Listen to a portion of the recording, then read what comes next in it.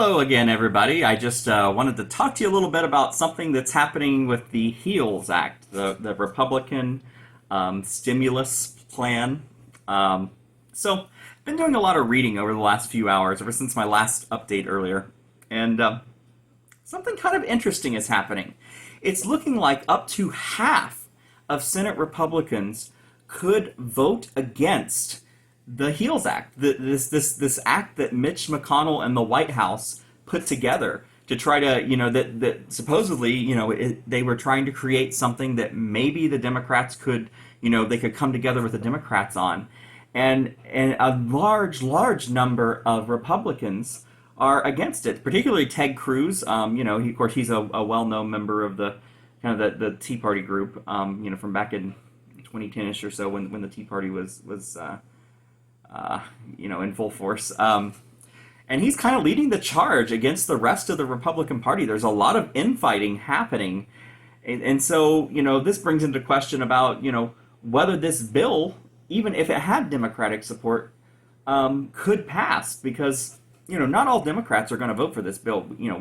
Presumably you'll need a few votes, But it's a really interesting situation because usually one party, gets behind its members, when something, especially something big like this. And so, the reason for this kind of situation is that it's the price tag. They think $1 trillion it's too much. They also do not like that this bill is just kind of handing out free money. They would rather see a bill that focuses more on economic improvement. So, it's interesting that you have the White House and the Republican leadership in the Senate behind this bill, but the rest, or a large part of the Republican Party in the Senate at least, is not.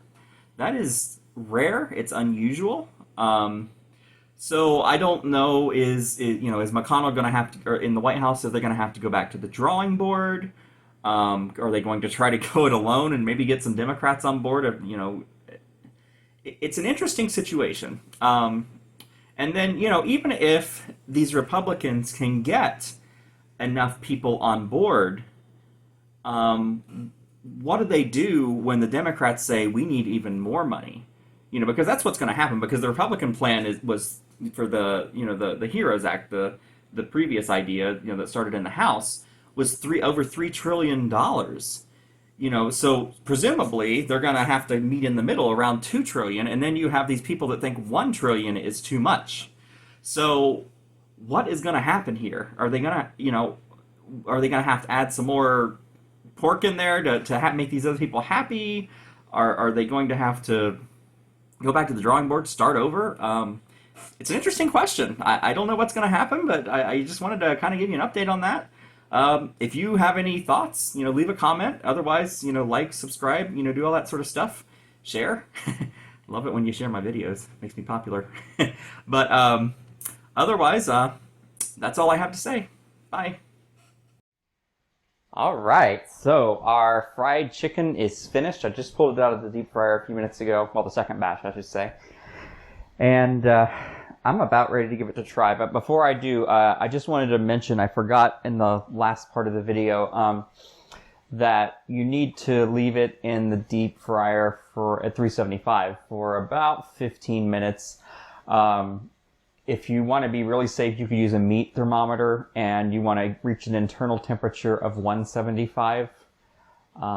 So yeah, I just wanted to mention that. But all right, let's try a piece.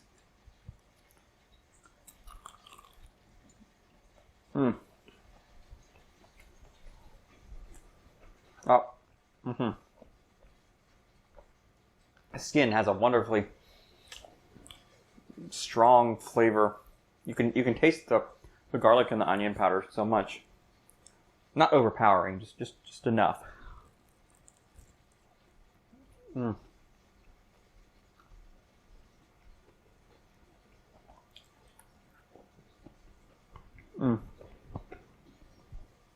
Excellent. All right, that's it for this episode. If you have any questions, comments, or anything at all, just leave it down at the bottom. And until next time, enjoy. Goodbye.